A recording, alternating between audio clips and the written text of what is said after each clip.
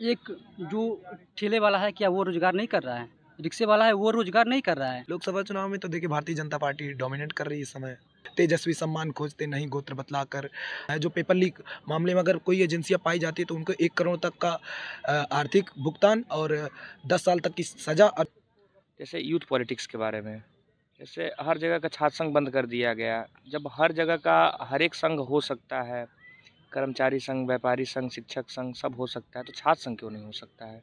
महंगाई, बेरोजगारी एक बहुत वैश्विक मुद्दा है। हाँ, तो ये लोग किसानों को, बहुत से लोग हैं जो कि आतंकवादी घोषित करते हैं, जैसे वो हमारे देश के हैं ही नहीं। जैसे किसानों का देश है ही नहीं ये। बताइए, उन्हीं के बेटे जवान हैं, वही किसान है, उनका देश है, दिल्ली तो उन्हीं की है और उनको दिल्ली में नहीं जाने दिया जा रहा है। और किसान क्या BMW से, फॉर्च्यूनर से किसान आते हैं, उनके कार में बियर बॉटल्स, दारू की बोतलें पाई जाती हैं, तो ऐसा कैसा? जैसा कि इन्होंने कहा किसान फॉर्च्यूनर से आ रहे हैं, क्या किसानों को फॉर्च्यूनर से चलने की इजाज़त नहीं है? वो फॉर्च्यूनर से नहीं डोल सकते? हम हैं इलाहाबाद विश्वविद्यालय में और हमारे साथ 2 युवा छात्र हैं। क्या करते हैं आप सर?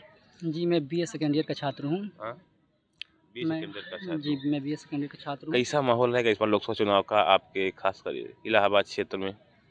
वर्तमान में भाजपा ही देखा जाए तो मुख्य पार्टी उभर कर आ रही है। महंगाई तो है, महंगाई तो है ही, मतलब बेरोजगारी भी है, क्योंकि आप एक युवा हैं और युवा अक्सर महंगाई और बेरोजगारी से परेशान रहते हैं। और वर्तमान सरकार, भाजपा सरकार है, चाहे हमारे देश की बात करें, चाहे उत्तर प्रदेश की बात करें, बीजेपी सरकार भी है, बेरोजगारी भी है, फिर भी कह रहे हैं कि बीजेपी का माहौल है। काहे माहौल है भैया? देखिए, जो युवाओं को आज सोच है, सबसे बड़ी सोच है कि उन लोगों को लगता है कि अगर हमारे पास सरकारी नौकरी नहीं है तो हम बेरोजगार हैं। एक जो ठेले वाला है, क्या वो रोजगार नहीं कर रहा है? रिक्शे वाला है, वो रोजगार नहीं कर रहा है। लेकिन समस्या ये है कि हमारे पास सरकारी नौकरी नहीं है तो हम बेरोजगार हैं। BA, BSc, MA, MSc या वही आदमी का काम करे कि जाकर ठेला लगाए और पूरी सब्जी बेचे, जो भी बेचना हो उस काम करे। अच्छा, ठीक है, आप पूरी सब्जी नहीं बेच सकते, ठेला नहीं लगा सकते, कोई बिजनेस कर सकते हैं आप।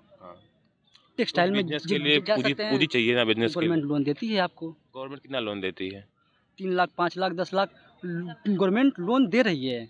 आपको मालूम नहीं है, लेकिन गवर्नमेंट लोन दे रही है। ये आपका काम है कि लोगों तक जाएं, बचाएं। पत्रकारों का भी ये दायित्व बनता है कि लोगों को बताएं कि गवर्नमेंट क्या क्या स्कीम निकाल रही है और लोगों को जागरूक किया जाए। चलिए ठीक सर, लोगों से बात करेंगे। क्या नाम है सर अपना बताइए और कहाँ से हैं आप?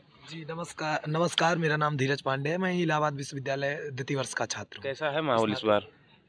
माहौल मतलब विश्वविद्यालय का या लोकसभा का? लोकसभा चुनाव में तो देखिए भारतीय जनता पार्टी डोमिनेट कर रही है इस समय। तो लोग जो आप युवा हैं और उनका एक मांग रहती है कि महंगाई है, बेरोजगारी है और जातिवाद है, बहुत कुछ मतलब भाजपा सरकार के ऊपर लगता है आरोप। देखिए, जो विभाजनकारी शक्तियाँ अपने समाज में, बहुत प्रकार की विभाजनकारी शक्तियाँ हैं, जैसे जातिवाद, क्षेत्रवाद, भाषावाद, ये सब विभाजनकारी शक्तियाँ हैं। तो भाजपा सरकार में हमको ये बहुत कम देखने को मिला है। जैसे हिंदी भाषा को भी काफ़ी सम्मान मिल रहा है इस समय, और चाहे जिस जाति या धर्म के हो, आपको भी सम्मान मिलता है। लेकिन एक रश्मि रथी का भी इस लोग है, वो एक दोहा है कि तेजस्वी सम्मान खोजते नहीं गोत्र बतलाकर, और तेजस्वी सम्मान खोजते नहीं गोत्र बतलाकर, क्या कहते हैं, ऐसे ही है कुछ। तो गोत्र और जाति धर्म से कोई मतलब नहीं है। इस सरकार में सबका साथ, सबका विकास, और खासकर युवाओं की जो भूमिका है देश को बनाने में, वो महत्वपूर्ण रखती है। मेन यही है। बहुत से ऐसे काम हुए हैं वर्तमान सरकार में, जो हमारे कांग्रेस के राहुल गांधी जी हैं, वो बहुत से ऐसे आरोप भी करते हैं कि इस सरकार में जो युवाओं के लिए एग्जाम के पेपर लीक हो जाते हैं। क्या जहाँ तक बात किसी पार्टी विशेष, जैसे राहुल गांधी जी हो गए, अखिलेश यादव जी हो गए, वो तो आलोचना तो आप कुछ भी करेंगे, आलोचना तो होगी। आलोचना, ये बात सत्य नहीं है कि पेपर लीक हुआ तक नहीं हुआ था? नहीं, पेपर लीक वो कुछ अधिकारियों की गड़बड़ी से हुआ होगा, लेकिन इसमें स्पष्ट अभी सरकार ने कोई स्पष्टीकरण नहीं दिया कि सरकार का कोई हाथ, डायरेक्टली हाथ थोड़े ना सरकार का हम मान सकते हैं कि सरकार ने ही पेपर लीक कराया है या फिर ऐसा। अधिकारियों की चूक से है। अब जांच चल रही है, फिर ये तो जांच के बाद स्पष्ट होना चाहिए। मुझे उनके लिए लोकसभा के अंतिम सत्र में डॉक्टर जितेंद्र नाथ सिंह केंद्रीय मंत्री हैं, उन्होंने ये कानून लोकसभा में मतलब पेश किया है कि जो एजेंसियां हैं, जो पेपर लीक मामले में अगर कोई एजेंसियां पाई जाती है तो उनको 1 करोड़ तक का आर्थिक भुगतान और 10 साल तक की सज़ा, और जैसे कि किसी के स्थान पर पेपर देते कोई पाया गया तो उसको 10 लाख तक का आर्थिक भुगतान और 2 से 5 साल तक की सज़ा। ये हमारे पास अभी नहीं हुआ, तब भी पास नहीं हुआ, पेश किया गया है कानून। अच्छा। केंद्रीय मंत्री डॉक्टर जितेंद्र सिंह ने पेश किया है। क्या नाम है सर? सर हमारा नाम आयुष यादव है। कैसा माहौल चल रहा है? माहौल तो ठीक चल रहा है सर। किसका माहौल है? अभी तो भाजपा का ही माहौल दिख रहा है। यादव जी हुई हो गए हैं और कह रहे हैं बीजेपी का माहौल है। उस पर जात से नहीं मतलब है, जैसा हम क्षेत्र में देख रहे हैं, जैसा कि भारतीय जनता पार्टी लोगों को लगातार जोड़ने का प्रयास कर रही है, और ये जो राम मंदिर का मुद्दा है, ये हावी दिख रहा है, थोड़ा लोगों को धर्म के नाम पर जोड़ने का काम कर रही है। यादव जी हैं और यादव जी अक्सर अपनी पार्टी को लेकर चलते हैं, उनकी मूल पार्टी कही जाती है, हम नहीं कह रहे हैं। जो बहुत से युवा हैं वो कहते हैं कि हमारी तो पार्टी सपा है, और आप यादव जी होकर कह रहे हैं कि हम तो बीजेपी को वोट देंगे। वोट वाली बात नहीं है। अभी आपने पूछा कि माहौल किसका दिख रहा है, मैं उस पर बोला कि भारतीय जनता पार्टी, अभी जैसे इंडिया गठबंधन बना था तो उसमें नीतीश कुमार जी साथ छोड़कर चले गए। अभी आज पता चल रहा है स्वामी प्रसाद मौर्य जी भी नई पार्टी बना लिए हैं। अभी पल्लवी पटेल वाला मैटर हुआ, तो जैसे विपक्ष का जो वोट है वो बिखर जा रहा है, और भारतीय जनता पार्टी से लोग जुड़े हुए हैं और एकदम एक मुश्त होकर के वोट कर रहे हैं। उनके कार्यकर्ता, ऊपर से राष्ट्रीय स्वयंसेवक संघ भी उनका सपोर्ट कर रहा है। ये सब आपको क्या मन है, किसको चाहते हैं आप? हमारा तो है इंडिया गठबंधन आपका है। चलिए ठीक, क्या नाम है सर? आगे आ जाइए। अमन नाम है मेरा। अमन जी, कैसा माहौल है इस बार? ठीक ठाक है, सब चल रहा है। माहौल चल रहा है? क्या मतलब, क्या पूछना चाहते हैं? जो 2024 का लोकसभा चुनाव होने वाला है, और कल आपके क्षेत्र में राहुल गांधी जी भी आए थे। नहीं, ठीक है, राहुल गांधी जी अच्छा कार्य कर रहे हैं, सब लोग अच्छा कार्य कर रहे हैं, लेकिन हमें अभी चेताना होगा विश्वविद्यालय के मुद्दों पे, जो कि विश्वविद्यालय में पहली हमारी मांगे हैं कि छात्र संघ को बहाल किया जाए, और जो अराजकता अभी चल रही है उस पर संज्ञान लेना चाहिए। किस प्रकार अराजकता का आप बात कर रहे हैं? किस प्रकार की अराजकता हो रही है? जैसी भी है कि यूथ पॉलिटिक्स को दबाया जा रहा है। सरकार की कुछ अच्छी नीतियां हैं, तो कुछ विचार करना चाहिए सरकार को। जैसे यूथ पॉलिटिक्स के बारे में, जैसे हर जगह का छात्र संघ बंद कर दिया गया। जब हर जगह का हर एक संघ हो सकता है, कर्मचारी संघ, व्यापारी संघ, शिक्षक संघ सब हो सकता है, तो छात्र संघ क्यों नहीं हो सकता है? इस पे सरकार को विचार करना चाहिए और पुनः छात्र संघ बहाल कर यूथ पॉलिटिक्स को बढ़ावा देना चाहिए। क्योंकि अगर बात करें लोकसभा चुनाव की, तो किसका कैसा माहौल चल रहा है अभी? हम लोकसभा का माहौल जैसा भी है ठीक है। किसका माहौल है? किसका माहौल क्या हम कह सकते हैं, सबकी माहौल है, सबका ठीक है, लेकिन अभी एनडीए की बढ़त दिख रही है। एनडीए की महंगाई एक बहुत बड़ा मुद्दा है। महंगाई, बेरोजगारी एक बहुत वैश्विक मुद्दा है। हाँ, अभी तो बजट आया, इससे काफ़ी अच्छा कुछ निकल के आया, लेकिन छात्रों के हित में उतना नहीं था। लेकिन जैसा भी है ठीक है, बस सरकार को कुछ मुद्दों पे विचार करना चाहिए। हालांकि कुछ नीतियाँ सही हैं, मैं तो बार बार कहता हूँ कि कुछ नीतियाँ सही हैं तो कहीं ना कहीं गलत भी हैं, कुछ ना कुछ इस पर विचार करना चाहिए, पुनः मंथन करना चाहिए उच्च स्तरीय लोगों को, तब जाके ये सरकार अच्छे से चल पाएगी।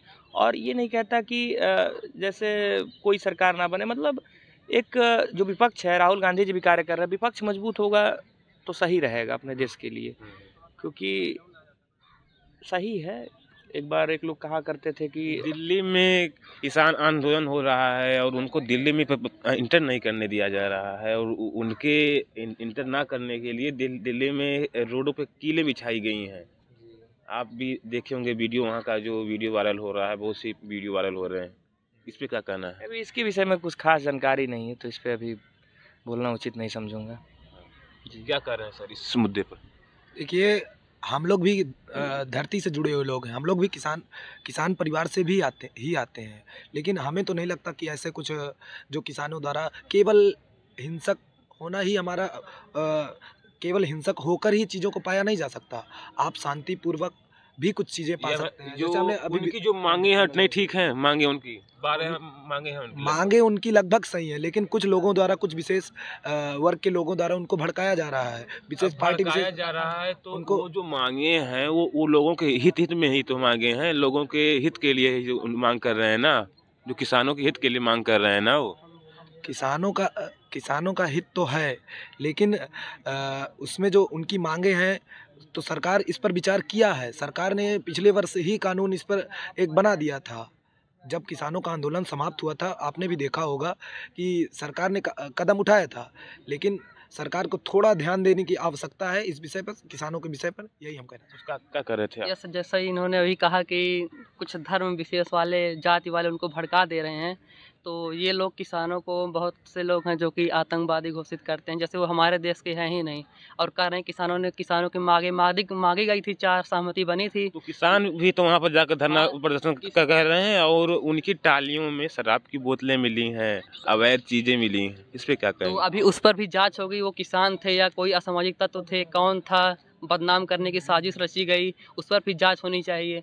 और जैसा कहा गया किसानों की मांगे मांग ली गई थी, अभी कोई जैसे लखीमपुर में घटना हुई थी, 700 किसान शहीद हुए थे, उनको मुआवजा देने की बात हुई थी और सब बातें, अभी कोई बात पूर्ण नहीं की गई सरकार की तरफ से, इसलिए किसान फिर से आंदोलित हुआ है और एमएसपी की गारंटी भी वो मांग रहा है। सरकार देना नहीं चाह रही है और आप ही देख ही रहे हैं, कीलें ठोकी जा रही हैं, नदी खोद दी जा रही है, गड्ढे लगातार, किसानों को परेशान। जैसे किसानों का देश है ही नहीं ये, बताइए, उन्हीं के बेटे जवान हैं, वही किसान है, उनका देश है, दिल्ली तो उन्हीं की है और उनको दिल्ली में नहीं जाने दिया जा रहा है। ये तो तानाशाही एक हिसाब से हुई। तानाशाही की बात, जैसा कि भाई ने कहा कि वो भी देश के लोग ही हैं, तो हम बताना चाहते हैं कि उनकी ऐसे किसान, वो किसान हैं मानना, वो केवल एक धर्म विशेष द्वारा भड़काए गए लोग हैं।